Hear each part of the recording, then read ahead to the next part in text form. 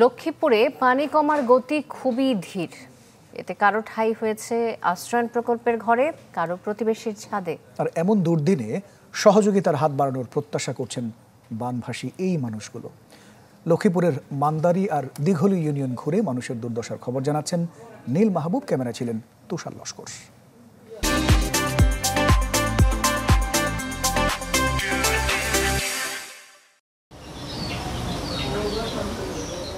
অসীমের পানে তাকিয়ে থাকা এই চোখ জোড়ায় বন্যা নেই, আছে বন্যার আপদকালীন কান্না। ভেঙে গেছে একপাশের দেয়াল, ভেসে গেছে একটু একটু করে গড়ে তোলা সংসারের যাবতীয়। বাসযোগ্য না হলেও সেখানেই জীবনের অঙ্ক কষছেন এই কৃষক দম্পতি, যদিও কিছুতেই মিলছে না ভবিষ্যতের সমীকরণ। এখানে এমন অবস্থা হয়েছে যে এই বন্যায় আমার সব অনেকটা ক্ষয়ক্ষতি হয়েছে। আমার ঘর করছে এই বছর অন্তে বেড়া দিলে এই বেড়াটা সব মাটিগুলো সব করে চলে যেতেছে। আমার কিচ্ছু নেই, অনেকটা কান্না আসতেছে, বলতে পারতেছি না, মানে কলজাটা পাল্টেছে। আমরা এখন যে বাসাটির সামনে দাঁড়িয়ে আছি, সেই বাসাটি এখন পর্যন্ত কিন্তু দাঁড়িয়ে আছে, কিন্তু আর কদিন দাঁড়িয়ে থাকবে সেটি কিন্তু জানা নেই। কারণ এই বাসার যে ভিত, সেই ভিতের অংশটুকু কিন্তু এখনও পানির নিচে আছে এবং সেখানে দেখতে পাচ্ছেন যে এই পানি সেই ভিতগুলো কিন্তু আস্তে আস্তে ক্ষয়ে নিয়ে যাচ্ছে, আস্তে আস্তে ভেসে যাচ্ছে পানির সাথে। অর্থাৎ এই জলবন্দী অবস্থা যদি আরও কয়েকদিন থাকে তাহলে এই বাসা আর দাঁড়িয়ে থাকতে পারবে না, এই বাসাটা আসলে ভেঙে যাবে। বাল বাচ্চালে কোনায় যাইম, আশ্রয় কেন্দ্র গেছি, আশ্রয় কেন্দ্র কতদিন থাকিম। কি অবস্থা ঘরের? ঘরের মাটিগুলা সবগুলা পরে যেতেছে পোঁতর লাগে, আর এই টিনগুলা সব ছুটে যেতেছে। আর খুঁটি দিছি, খুঁটি যদি লড়াই তাহলে ঘর পুরে মাটিতে ভরে যাবে।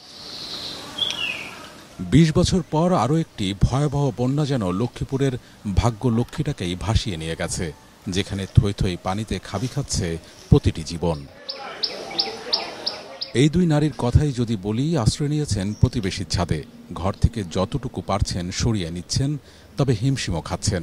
বললেন সহযোগিতার হাত বাড়াতে, জানালেন জলবন্দী জীবনের দুর্ভোগ দুর্দশা। ঘরের কি অবস্থা এখন? ঘরের অবস্থা খুব শোচনীয়, সবকিছু পানিতে ভাসে। খাবার দাবার কষ্ট হচ্ছে, বাজারে যাওয়ার কষ্ট হচ্ছে, ছোট ছোট বাচ্চাদেরকে মানে নিয়ে অনেক কষ্ট হচ্ছে। লক্ষ্মীপুরের মান্দারি আর দিঘলি ইউনিয়ন ঘুরে দেখা মিলল বানভাসী মানুষের এমন সব দুঃখচিত্র, যেখানে তলিয়ে গেছে ঘর, ফসল, স্বপ্ন, সম্পদ, সবকিছু। তলিয়ে গেছে প্রার্থনার আশ্রয়, কবরস্থান। ভেসে উঠেছে কবরের উপরের অংশ।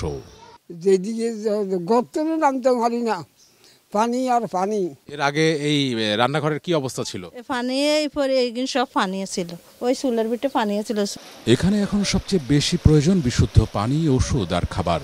ত্রাণ যদিও আসছে, তবে তা যথেষ্ট নয়। কেউ পাচ্ছেন, কেউ বা শূন্য হাতেই থাকছেন। বাড়ছে পানিবাহিত রোগও। এখন লক্ষ্মীপুরের অবস্থা খুব খারাপ, আর লক্ষ্মীপুরের মধ্যে ত্রাণ খুব কম আসতেছে। সবাই যে যা পারেন অনুরোধ করছি লক্ষ্মীপুরের দিকে আসেন। লক্ষ্মীপুরের প্রায় ১৯০টি আশ্রয় কেন্দ্রে ৩০,০০০ মানুষের জায়গা হলেও জলে আটকে থাকা বাকি ৮ থেকে ১০ লাখ মানুষ কেবল অপেক্ষায় আছেন ফের ডাঙায় বসবাসের। নীল মাহবুব, চ্যানেল 24, দিঘলি, লক্ষ্মীপুর।